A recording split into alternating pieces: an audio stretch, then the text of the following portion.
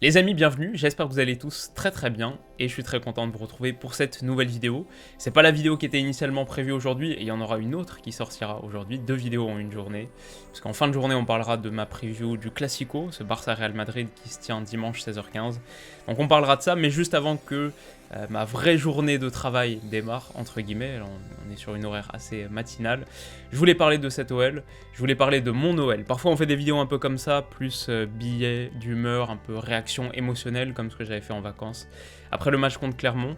Et voilà, j'avais envie de réagir juste parce que ce match m'a fait kiffer, parce que parfois c'est important, je pense, de parler des choses celles qui sont les plus proches du cœur. Et en l'occurrence, c'est cette belle réaction de mon OL avec plein de choses à en dire. Je sais qu'on est plusieurs Lyonnais sur la chaîne, que voilà, ça aurait été bizarre de ne pas faire de vidéo là-dessus. Et ça me fait vraiment plaisir de parler de tout ça. Donc, la première chose qui pour moi m'a marqué hier, c'est la réaction. À 0-2, au bout de 20, 25, 30 minutes, je pense que l'année dernière, tu as une équipe qui, dans ces conditions, abdique, commence à réagir de manière émotionnellement très forte et décousue, monte dans les tours, dans l'agressivité, mais la mauvaise agressivité, prend un carton rouge vite. Alors on est toujours une équipe qui prend pas mal de cartons rouges, ça s'est encore reproduit hier soir en fin de partie. Mais la réaction mentale était, sur les dernières saisons, vraiment pas à la hauteur de ce genre de situation. Et hier, la réponse, elle s'est faite par le jeu. Ça m'a vraiment marqué. Je pense qu'au bout de 30-35 minutes, je disais à mes potes dans la conversation, mais ce match, on le domine, on est en train de le dominer, et je suis très confiant sur l'issue. Voilà, il peut tout se passer dans le foot, à 0-2, à quel point est-ce que tu peux être véritablement confiant. Il y avait un peu une part aussi de... J'ai envie d'être confiant là-dessus, mais... Je trouvais qu'on était techniquement au-dessus, je trouvais qu'on avait totalement repris le contrôle de la partie après 20 minutes, 25 minutes peut-être en dessous.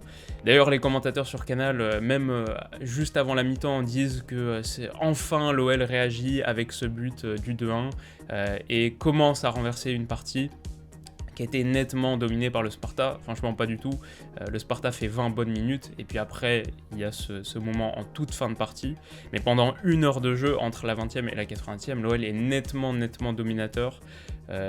Et bref, tout ce que je voulais dire là-dessus, c'est la réponse par le jeu, parce que la réponse elle s'est faite par le jeu, elle s'est faite par la volonté de reprendre le contrôle technique de la partie et quelque part de continuer à faire et de continuer à opérer selon ses principes, selon les principes qu'on voit à Lyon depuis plusieurs semaines. Je pense aux combinaisons de Bruno Guimaraes à l'intérieur du jeu, toujours cette même audace, volonté, courage en possession, les passes de Boateng aussi, même en perdant à 0-2, pas de démobilisation et toujours la volonté d'aller s'installer dans le camp adverse avec des mouvements ambitieux, des dribbles, des passes, quelque chose de technique et créatif.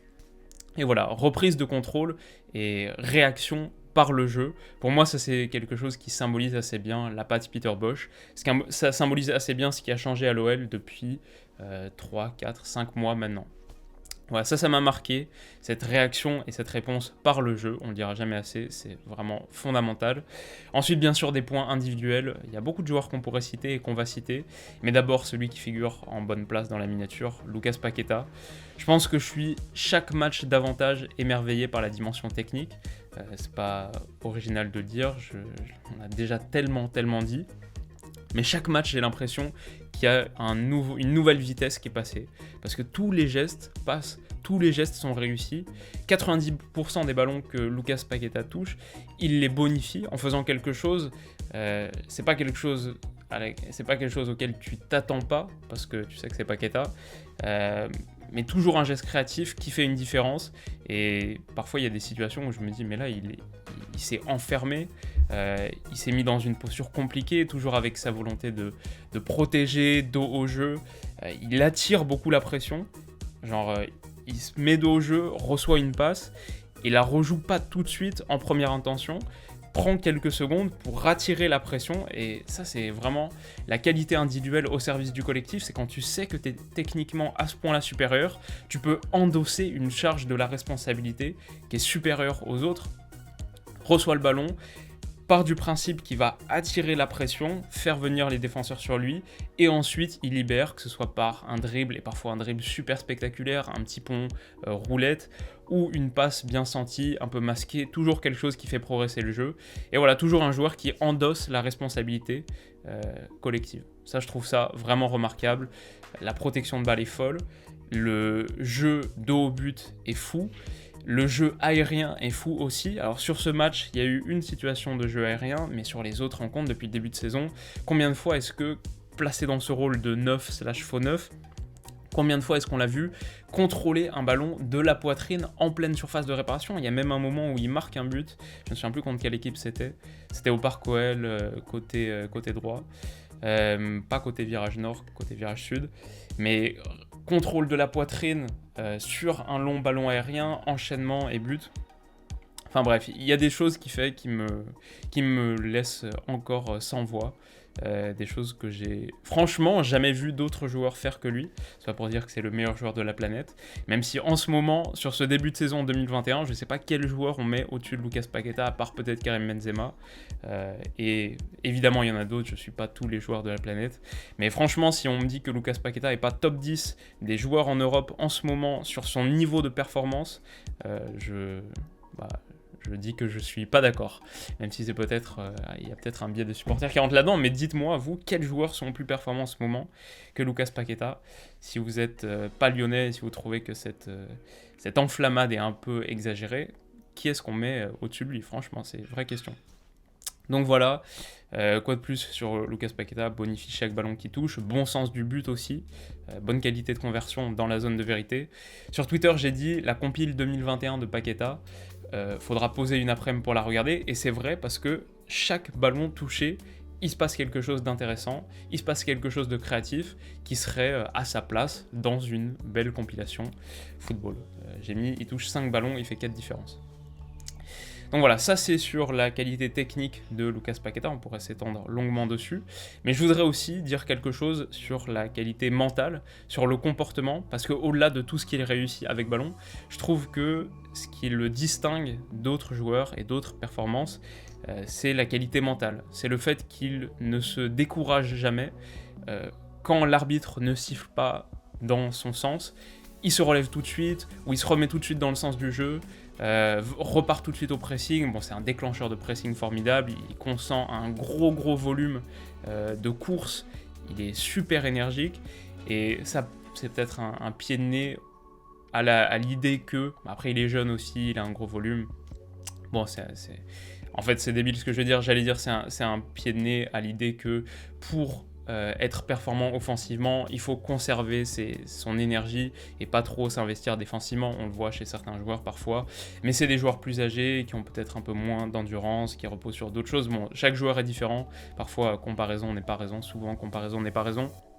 Mais en tout cas, ce qui est formidable chez ce joueur, c'est sa capacité à être aussi investi dans le travail défensif.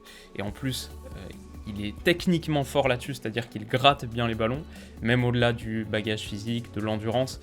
C'est un bon défenseur, il sait bien où mettre le pied, il a une bonne qualité d'anticipation, comme Cacré par exemple, souvent ce qu'on dit, physiquement c'est pas le joueur le plus impressionnant, mais très bonne lecture des trajectoires, des situations sans ballon, je veux dire, pour aller récupérer des ballons. Voilà, premier déclencheur de pressing, j'ai mis, toujours très engagé dans l'effort défensif, se remet immédiatement dans le match quand la décision de l'arbitre ne va pas en sa faveur, ce qu'on disait, et jamais un signe de mécontentement, toujours très engagé. Pour moi, alors c'est une théorie, mais je dirais que l'échec qu'il a subi au Milan AC, à l'AC Milan, l'a rendu plus fort. À la fois, ça veut dire qu'il profite plus des choses positives qui lui arrivent, franchement, on le voit toujours avec le smile, toujours très engagé, il a l'air de kiffer à fond son moment. Et je pense que quand tu as vécu un moment difficile, tu savoures d'autant plus les moments positifs. Mais aussi, je pense que ça rend un petit peu plus humble, modeste. Quand tu sais à quel point c'est possible de tomber bas dans ce sport, d'être dans une situation de quasi-dépression, d'être détesté par tes supporters, je veux dire que quand ils quittent l'AC Milan, tous les supporters de l'AC Milan disent bon, c'est une bonne chose, comment est-ce qu'on a réussi à le vendre pour 20 millions, peut-être que c'était pas à ce point-là démesuré, vu qu'il avait acheté quasiment 40. Mais bon, tout le monde était content de le voir partir, en gros. Et comment est-ce que tu arrives de ça à ça? Quand t'es Paqueta, en tout cas, la vraie chose que je voulais dire ici, quand t'es Lucas Paqueta, tu réalises à quel point tout peut aller très vite dans le foot, tu réalises à quel point les moments négatifs, ils étaient très très durs, et tu te remets vite dans le bain. Quand il y a un petit moment de moins bien, tu te remets vite, tu savoures à fond, et puis tu fais les efforts nécessaires pour pas retomber dans le creux de la vague. Voilà, l'échec au Milan AC, j'ai mis, c'est quelque chose qui le rend à la fois reconnaissant de sa situation, on le voit très heureux sur le terrain, mais il y a aussi quelque chose qui l'empêche de tomber dans la facilité, pour moi dans la paresse. Tout va très vite dans le foot, dans les deux sens, et ça il en est bien conscient. Bon, c'est une petite théorie personnelle, je ne vais pas poser la question, mais c'est ce que je dirais là-dessus. Voilà pour Paqueta, on pourrait parler de plein d'autres joueurs. Bruno Guimaraes, quel joueur! Il y a ce moment, juste avant le but du de partout, ce qui lance l'action du but du de partout, où il réussit une passe masquée en pleine surface, plein axe, une passe qui aurait fait hurler un entraîneur de Poussin ou Benjamin, ou comment on dit, U11, U13.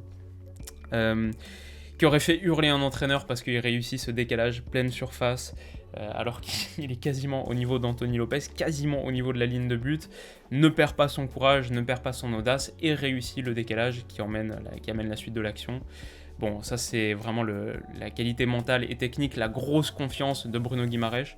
Je pense que la confiance qu'il prend avec ses performances, c'est typiquement une confiance qui lui permet de réussir ses gestes. Donc tout ça pour dire, quand Bruno Guimaraes fait un post sur Twitter, allez lui dire que vous l'aimez, que vous le kiffez. Si ça permet d'entretenir son niveau de confiance, il y a des répercussions sur le terrain comme ce geste.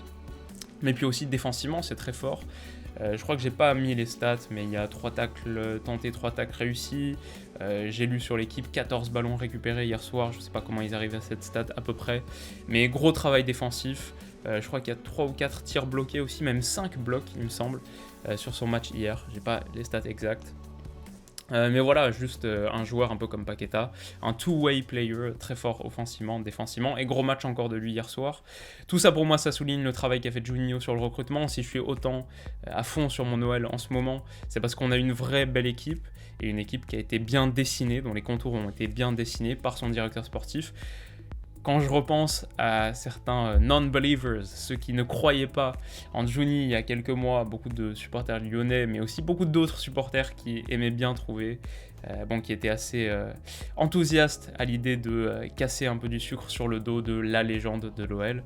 Quand je pense à toutes ces critiques, aujourd'hui on voit à quel point elles étaient absolument injustifiées. Les joueurs qu'a ramené Juninho ont totalement changé la trajectoire de cette équipe. Le choix de coach est exceptionnel. Non seulement il redonne une identité, une mentalité, une volonté à cette équipe, en plus un choix de coach qui t'a permis de recruter Jérôme Boateng, parce qu'apparemment c'était 100% le travail de Peter Bosz, le fait de recruter Jérôme Boateng, et encore hier on l'a vu bon. Il monte vraiment en puissance. Alors c'est un joueur lent, ça je suis d'accord. Le deuxième but notamment, si t'es plus rapide, peut-être que tu réussis à couper la trajectoire avant. Mais pour moi, s'il est pas lent, tu peux pas acheter Jérôme Boateng. S'il est pas lent, tu peux pas te prendre Jérôme Boateng quand t'es l'Olympique Lyonnais. Et c'est le prix à payer pour tout ce qu'il t'apporte. Hier, on a vu son apport avec ballon. Il finit le match avec une passe décisive sur le but de la réduction du score, mais aussi 2 passes clés. Contre Monaco, il y a quelques jours, on a vu son impact défensif. Encore hier soir, c'est 3 tacles tentés, 3 tacles réussis. Bref, Jérôme Boateng a aussi changé la trajectoire de cette OL derrière. Un mot pour Toko Ekambi, si on continue sur la liste des mentions individuelles. Un mot pour Toko Ekambi, 2 buts, 1 passe hier. Il est déjà à 7 buts, 4 passes décisives, toutes compétitions confondues sur ce début de saison, sur ce premier premier 40% de saison pour l'OL. Sans être le joueur le plus talentueux, pour moi il est le garant d'une certaine constance, même l'année dernière, et en Ligue 1 je crois que c'est 14 buts, 7 passes décisives, un truc comme ça. Techniquement il est assez juste et assez précis, sans tenter des choses qui sont extraordinairement compliquées. La plupart de ses passes aboutissent par exemple, il a cette passe intérieure quand il rentre pied droit pour faire progresser le jeu sur les transitions, ces passes un peu enroulées, claquées, qui fonctionnent toujours très bien. Voilà, techniquement garant d'une certaine justesse. Ce qui lui permet de s'inscrire, j'ai dit, dans toutes les étapes des offensives, à la fois à la finition, mais aussi à la construction, comme ce qu'on soulignait, et il marque des buts importants. Il peut encore progresser sur la finition, pour sûr. Il y a encore, match après match, des ratés. Pas hier, dans mon souvenir, mais s'il est un petit peu plus... s'il a un petit peu plus de confiance, je sais pas, ou un peu plus doué à la finition. En plus, généralement, ce qu'il rate, c'est les finitions les plus simples. C'est les actions les plus simples à finir. Et parfois il met les plus compliqués. Mais s'il progresse encore là-dessus, je pense qu'il peut marquer encore plein de buts. Et il marque des buts importants. Souvent les buts c'est du 1-0, le but du revenir au score à 2-1. Bref, top joueur. Donc tout ça, voilà, c'est pour souligner à quel point je suis enthousiaste sur cette OL. Ça veut pas dire qu'il n'y a pas encore des lacunes, encore des défauts, des choses à corriger. Il y en a pour sûr et il y en a pas mal. Tu peux être plus efficace dans les deux surfaces, clairement. Sur le début de match, il y a des occasions qui doivent aller au fond. Je pense au face-à-face de Kadewere par exemple. Ah, il y en a une de Togo aussi, c'est vrai, en début de match. Celle que le gardien stop, il me semble, manchette, main droite, quelque chose comme ça. Donc voilà, Kadewere, le niveau de confiance est à 0, ça c'est pas une bonne chose, c'est une vraie lacune. Même si Shaqiri joue un rôle important sur le but de l'égalisation sur ce début de saison dans l'ensemble, on peut pas dire que ce soit encore très satisfaisant. Le banc est un peu léger. Voilà, c'est loin d'être parfait, et typiquement l'OL, donc on fait toute cette vidéo, l'OL, je t'aime. On fait toute cette vidéo, et typiquement dimanche on pourrait perdre contre Nice. Je pense que sur ce déplacement, en plus en ayant joué jeudi soir, on est loin d'être favori. D'ailleurs selon les bookmakers, on l'est pas. Nice est à 2,50, quelque chose comme ça. L'OL à 2,65. Bon, on s'en fout, mais juste ça veut dire qu'on n'est pas favori, et je suis plutôt d'accord avec ce postulat. Ça va être un match très disputé, super intéressant. En plus j'ai vu Nice contre 3, j'ai pas été très enthousiasmé, mais je les avais vus avant, notamment contre Lille et quelques autres matchs aussi. J'avais trouvé ça très fort. Bref, tout ça pour dire, on pourrait carrément perdre contre Nice, et il y aura vraie bataille pour le podium avec Nice, avec Marseille, avec d'autres. C'est pas parfait. Mais en tant que supporter, je demande pas à ce que ce soit parfait. En tant que supporter, je demande pas que mon équipe remporte 90% des matchs qu'il dispute. Je lui demande simplement qu'elle dispute. Je lui demande simplement de faire nettement mieux que les dernières saisons, où c'était pas satisfaisant, où ce lien amoureux était rompu. Je lui demande de faire mieux sur le plan du jeu et sur le plan de l'état d'esprit. Les deux, il faut que ce soit mieux. Et les deux, c'est mieux en ce moment. Je demande à mon équipe simplement d'être aimable, qu'elle ait le potentiel pour que je l'aime véritablement. Je lui demande de me faire ressentir des émotions positives, et je lui demande, je veux retomber amoureux de mon équipe. C'est le cas en ce moment. Et là-dessus, le contrat il est rempli. Pour tout ça, je dis merci Juninho, franchement. Merci Peter Bosz, franchement. Merci aux joueurs, et merci aux supporters aussi. À la fois sur le terrain et sur les réseaux sociaux, je trouve qu'il y a un bon cocktail en ce moment, une bonne ambiance, une bonne vibe, à la fois entre sentiment de reconnaissance. Donc on est content parce que c'est différent des dernières saisons, parce qu'on peut vraiment s'identifier à cette équipe où on aime quasiment tous les joueurs, où ceux qu'on aimait moins sont partis, où ce coach détestable est parti. On peut s'identifier beaucoup plus fortement à cette équipe, et en même temps, il y a un amour que je trouve relativement raisonné et humble, un peu comme Lucas Paqueta qui a connu le creux de la vague à l'AC Milan. Nous, on a connu le creux de la vague il n'y a pas si longtemps que ça. On sait que dans le foot, tout va très vite. On s'emballe pas nécessairement. Enfin, je sais pas ce que vous en pensez. C'est dur de raisonner sur des généralités. Il y en a qui s'emballent, bien sûr. Et peut-être que je m'emballe ici. Mais je trouve que dans l'ensemble, il y a un regard assez lucide sur ce que fait l'OL. Un regard assez lucide sur notre équipe, on voit les lacunes, mais ça ne nous empêche pas d'être amoureux de notre équipe en ce moment. J'ai mis un bonheur sincère, lucide et humble, parce qu'hier était dur, c'est vrai, parce que demain n'est pas garanti, c'est vrai aussi, mais aujourd'hui on kiffe, et c'est cool. Donc voilà en gros pour cet Olympique Lyonnais, mon amour de l'OL en ce moment. C'est une bonne période, il faut la savourer, parfois il y a des mauvaises périodes, souvent il y a des mauvaises périodes quand on est supporter, il y en a parfois même plus des mauvaises que des bonnes. Donc quand ça se passe bien, il faut kiffer. Et c'est une victoire importante au-delà de l'aspect purement émotionnel. Le Sparta Prague, avant la rencontre, était deuxième du groupe. On avait 6 points, ils en avaient 4. Avec une victoire, et au bout de 20-25 minutes, ils mènent 2-0. Avec une victoire, ils seraient passés devant nous, 7 points et 6. Alors que là, en l'emportant nous, on a 9 points, eux restent à 4. Ils sont toujours les deuxièmes du groupe, donc on prend 5 points d'avance en tête, j'ai pas besoin de regarder mes notes pour savoir que 9 moins 4 ça fait 5, on prend 5 points d'avance en tête du groupe, et c'est plus important cette saison que les saisons précédentes, parce que aujourd'hui en Europa League, seul le premier, enfin c'est pas vraiment ça, mais le premier accède directement au 8e de finale. Avant, que tu sois premier ou deuxième, tu devais jouer un 16e de finale. Là, le premier accède directement au 8e de finale, alors que le deuxième joue un 3e de groupe de Ligue des Champions dans un 16e, un peu barrage. Donc c'est vraiment vraiment important de finir premier si tu ambitionnes d'aller loin dans cette compétition. Aussi pour t'enlever un tour de calendrier en plus, quand on voit à quel point le calendrier est chargé cette année, quand je vois qu'il y aura un Monaco OL en Chine vraisemblablement en février.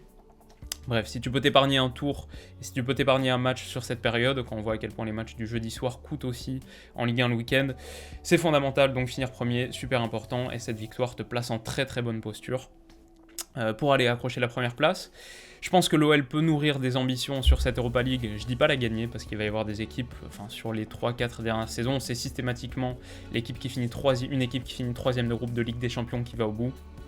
Je dis pas que l'OL va la gagner, mais nourrir des ambitions, ça veut dire faire un parcours sympa, qui renoue encore, qui rapproche encore un peu plus de ton club, et qui fait vibrer. Moi, un des moments où j'ai le plus vibré sur l'OL sur ces dernières saisons, peut-être le moment où j'ai le plus vibré sur les 5 dernières années, bon, il y a peut-être le Final Four, Final 8, de Ligue des Champions l'année du Covid, ça c'était pas mal, mais l'année où on va en demi-finale d'Europa League avec Maroquet, mais ce 8e de finale contre la Roma, le quart contre Beşiktaş, la demi super serrée contre l'Ajax, bon ça c'est un moment où je me suis fortement identifié à mon équipe, où j'ai pris beaucoup de plaisir, c'est un des moments un peu d'histoire de l'OL récente. Donc voilà, un beau parcours en Europa League, ça a ce potentiel, et le potentiel il est là aujourd'hui avec cette équipe, donc important de finir premier. Et puis enfin, on peut souligner pour terminer, s'il y a des supporters non OL qui ont regardé cette vidéo jusqu'au bout, bah merci, bravo.